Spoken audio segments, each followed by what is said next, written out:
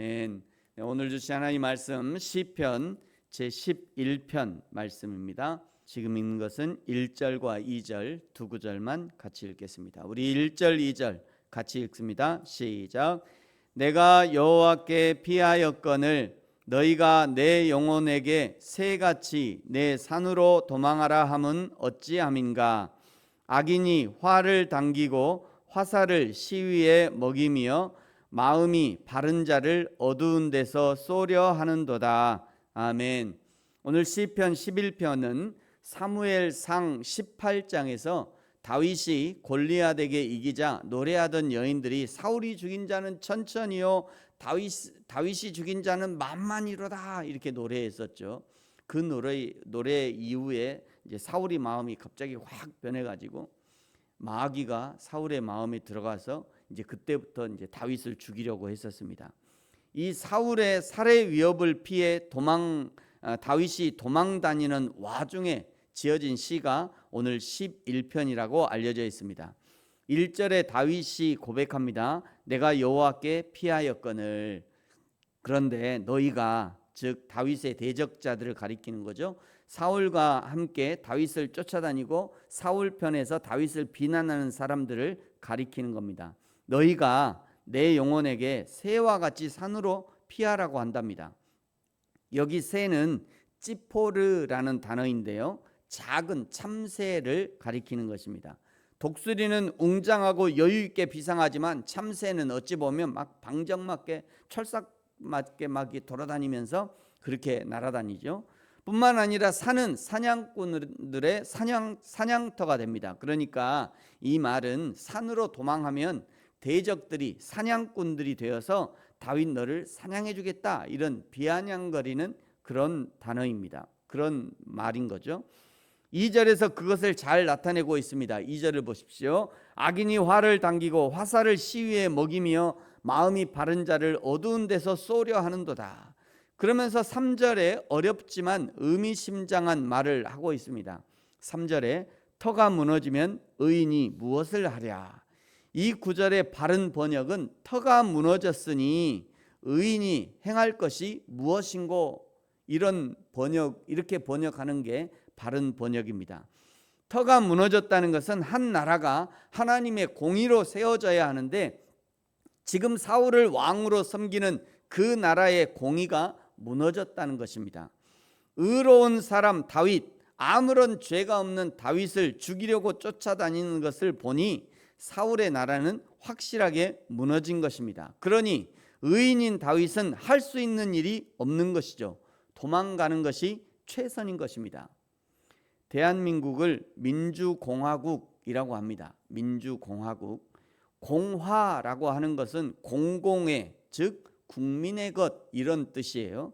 그러니까 대한민국은 민주공화국이다 이 얘기는 대한민국은 국민의 것이다 이런 뜻입니다. 대한민국은 대통령의 것이 아니라 국민의 것인 거예요. 그런 민주공화국 대한민국에서 대통령에 출마하는 사람이 손바닥에 왕자를 쓰고 나왔다는 것은 공화정의 공화의 뜻이 무엇인지 모르고 나왔다는 것이죠. 그거를 모르고 나온 거예요. 내가 왕 되겠다라고 하는 것은 대한민국이 국민의 것이라는 것을, 그것 자체를 모르고 나왔다는 거예요. 그런 사람을 대통령으로 뽑았다는 것도 그 사람을 지지하는 국민들도 공화의 의미를 모르고 있었다는 거죠. 그것을 모르니까 힘으로 권력을 지배하려고, 권력을 유지하려고 비상계엄을 선포했던 것이고요, 스스로 멸망의 길을 가게 되는 것입니다. 그야말로 터가 무너진 거죠.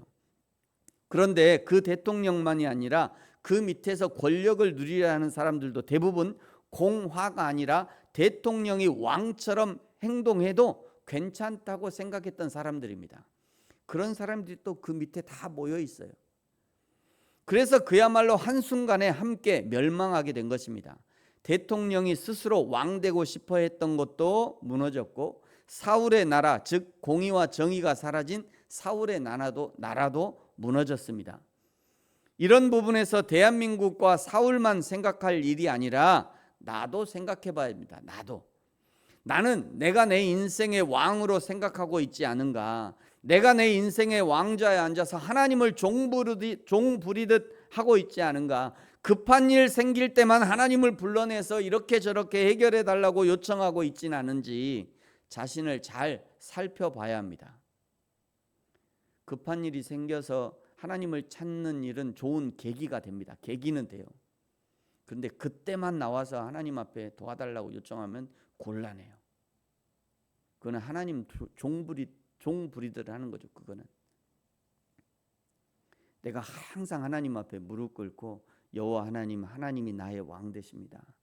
나는 하나님의 종입니다. 하나님 뭐든지 저에게 말씀하시면 제가 그 하나님의 말씀에 따라가겠습니다.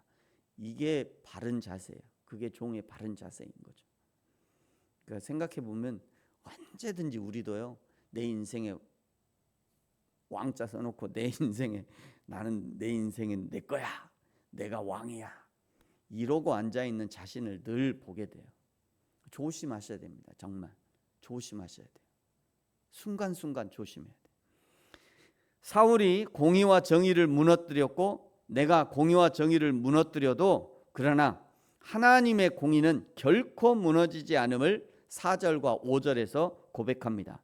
여러분 우리 4절과 5절 같이 한번 읽겠습니다. 시작. 여호와께서는 그의 성전에 계시고 여호와의 보좌는 하늘에 있으며 그의 눈이 인생을 통촉하시고 그의 안목이 그들을 감찰하시도다. 여호와는 의인을 감찰하시고 악인과 폭력을 좋아하는 자를 마음에 미워하시도다. 아멘. 이것이 다윗이 알고 섬기는 여호와 하나님에 대한 지식입니다. 다윗은 이런 하나님을 단 한순간도 의심 없이 확신하고 있는 것이죠. 오늘 우리에게도 필요한 확신이 바로 이 확신입니다. 하나님에 대한 확신은 하나님에 대한 지식에서 오는 것이죠. 그 지식은 성경을 알 때 습득되는 겁니다. 그러므로 우리가 성경을 읽고 공부해야 할 이유가 충분히 있는 거죠. 다윗은 마지막으로 악인과 의인의 끝을 비교하면서 11편을 마치고 있습니다. 6절과 7절을 보십시오. 악인에게 그물을 던지시리니 불과 유황과 태우는 바람이 그들의 잔에 소득이 되리로다. 여호와는 의로우사 의로운 일을 좋아하시나니 정직한 자는 그의 얼굴을 배우리로다. 아멘. 악인은요 영원한 지옥불 유황불에 멸망하는 것이고 의인은 하나님의 얼굴을 뵈는 영광을 누리게 될 것입니다. 시편 1편의 결론과 그 맥락을 같이 하는 것이죠. 의인의 길은 여호와께서 인정하시나 악인의 길은 망하리로다. 그것이 하나님의 공의예요. 저와 여러분이 그 마지막 하나님의 심판의 날을 기대하면서 날마다 의인의 길에 서는, 의인의 길로 걷는 여호와 하나님을 나의 왕으로 인정하는 저와 여러분이 되어지기를 예수님의 이름으로 축복합니다. 기도하겠습니다. 하나님 아버지 감사합니다. 여호와는 의로우사 의로운 길을 좋아하시나니 정직한 자는 그의 얼굴을 배우리로다. 하나님 우리의 앞에 의로운 길과 악한 길, 정직한 자의 길과 속이는 자의 길이 늘 우리 앞에 있습니다. 날마다 의로운 자의 길, 정직한 자의 길을 선택하고 의로운 자의 길, 정직한 자의 길을 걷게 하여 주옵소서. 내가 내 인생의 왕이 아니라 내 인생의 왕은 여호와 하나님이라는 것을 알고 인정하고 그리하여 하나님이 원하시는 바로 그 인생을 살아갈 수 있도록 축복하여 주옵소서. 감사합니다. 예수님의 이름으로 기도합니다. 아멘. 하늘에 계신 우리 아버지, 아버지의 이름을 거룩하게 하시며 아버지의 나라가 오게 하시며 아버지의 뜻이 하늘에서와 같이 땅에서도 이루어지게 하소서. 오늘 우리에게 일용할 양식을 주시고 우리가 우리에게 잘못한 사람을 용서하여 준 것 같이 우리 죄를 용서하여 주시고 우리를 시험에 빠지지 않게 하시고 악에서 구하소서. 나라와 권능과 영광이 영원히 아버지의 것입니다. 아멘.